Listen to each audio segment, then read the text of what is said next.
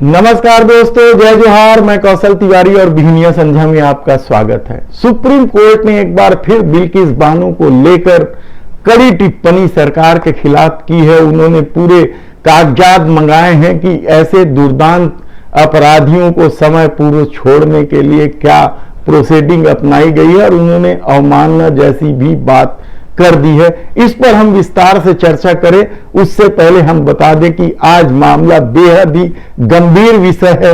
राष्ट्रीय सुरक्षा का मामला है। जिस राष्ट्रवाद और हिंदुत्व को लेकर मोदी सरकार सचेत रहती है या राजनीति करते रही है, उसी राष्ट्रवाद में राष्ट्रीय सुरक्षा का मामला बेहद ही गंभीर ढंग से उठने लगा है। पूर्व सेनाध्यक्ष शंकर राय चौधरी ने तो सीधे सीधे प्रधानमंत्री नरेंद्र मोदी और राष्ट्रीय सुरक्षा सलाहकार अजीत डोभाल पर जिम्मेदारी डाल दी है। तो वहीं कांग्रेस ने इस पूरे पुलवामा कांड को लेकर श्वेत पत्र जारी करने की मांग कर दी है कि वाकई में यह हुआ क्या था। क्या वाकई में यह उन लोगों की साजिश थी जो वोट की राजनीति के वजह से सारा खेल इस देश में कर रहे हैं। पुलवामा में 40 जवानों की हत्या कर दी गई थी। उसके पहले की बात जिस तरीके से तत्कालीन राज्यपाल सतपाल मलिक ने कहा है वह कम हैरान कर देने वाला नहीं है। जो सरकार अपने को सबसे ज्यादा देशभक्त और राष्ट्रीय सुरक्षा के प्रति सचेत बताती रही है, जिसे लेकर परसेप्शन गढ़ा जाता है कि मोदी है तो देश सुरक्षित है, ऐसे परसेप्शन के बीच पुलवामा को लेकर जिस तरह की लापरवाही सामने आई है, तो क्या यह कोई गहरा साजिश था जिसके आश्रय चुनाव जीता जा सकता था? ऐसे कितने ही सवाल विपक्ष उठा रही है। लेकिन यह दौर धर्म और राष्ट्रवाद के आश्रय आंख बंद कर लेने का दौर है। इसलिए इस मामले में अभी तक सरकार की तरफ से कोई जवाब नहीं आया है। सतपाल मलिक ने जिस तरीके से बताया कि 300 किलोमीटर इस यात्रा या जवानों को ले जाने के इस पूरे प्रकरण में किस तरीके से अनदेखी की गई है।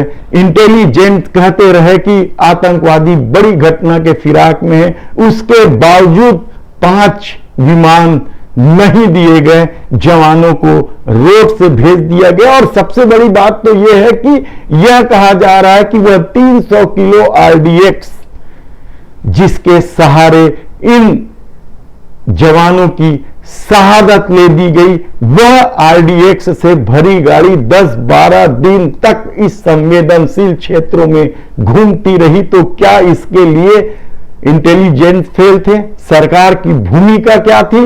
और राष्ट्रीय सुरक्षा सलाहकार अजीत डोभाल ने क्यों कहा सतपाल मलिक को कि आप चुप रहिए, पाकिस्तान की तरफ मामला जा रहा है? इतने गंभीर मामले में लगातार आरोप लगने के बाद भी यदि सरकार इस पर चुप है तो फिर क्या कहा जा सकता है? हमने कितने ही मामले उठाए हैं इस सरकार के राष्ट्रीय सुरक्षा को लेकर।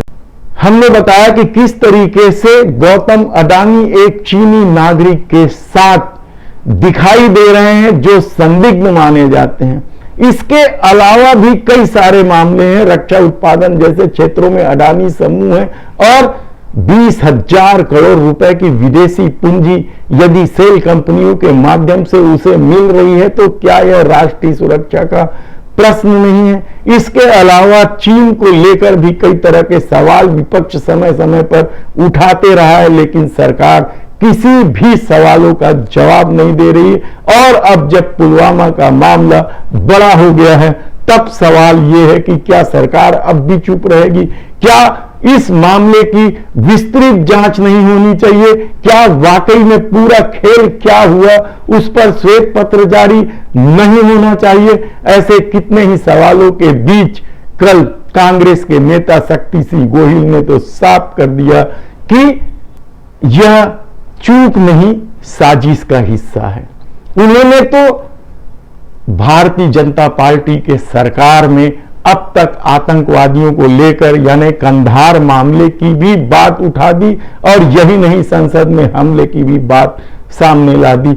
आखिर भारतीय जनता पार्टी की सरकार राष्ट्रीय सुरक्षा को लेकर ऐसी अनदेखी क्यों करती है, यह सबसे बड़ा सवाल शक्ति सिंह गोहिल कांग्रेस के नेता ने उठाया है। जबकि शंकर राय चौधरी ने, जो पूर्व सेनाध्यक्ष हैं, उन्होंने तो टेलीग्राफ को दिए इंटरव्यू में साफ तौर पर कहा है कि 2500 जवान यदि 300 किलोमीटर की यात्रा उस दौर में कर रहे हैं जब सारी गुप्तचर एजेंसियां कह रही है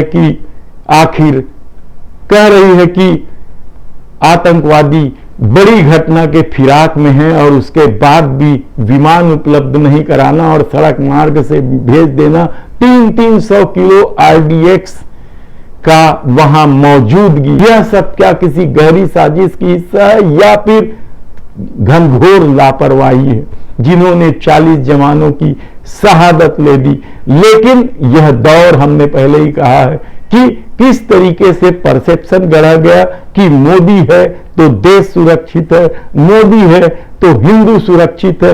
इस तरह के परसेप्शन बनाने वाले बागर बिल्ले या कट्टर हिंदूवादी जिस तरीके का खेल कर रहे हैं, क्या आने वाले दिनों में यह और भयावह रूप से सामने आएगा। सवाल आप उठाते रहें, क्योंकि सवाल उठाना लोकतंत्र में जरूरी है। यह सवाल आपको जरूर उठाना चाहिए, मोदी सरकार के कानों तक जरूर यह सवाल पहुंचना चाहिए कि आखिर पुलवामा मामले की जांच क्या हुई है, उसकी रिपोर्ट क्या हुई है। उस समय तो जब यह घटना हुई थी तब सवाल पूछने वाले को देशद्रोही तक इन बांगर बिल्लों ने करार दिया था, लेकिन अब जब राज्यपाल रहे सतपाल मलिक और पूर्व सेनाध्यक्ष शंकर राय चौधरी ने भी जब सवाल उठाए हैं और सीधे सीधे उन्होंने प्रधानमंत्री नरेंद्र मोदी और राष्ट्रीय सुरक्षा सलाहकार अजीत डोभाल पर जिम्मेदारी लेने की बात कही है, तब देखना है कि क्या सरकार अब भी चुप रहेगी। धन्यवाद।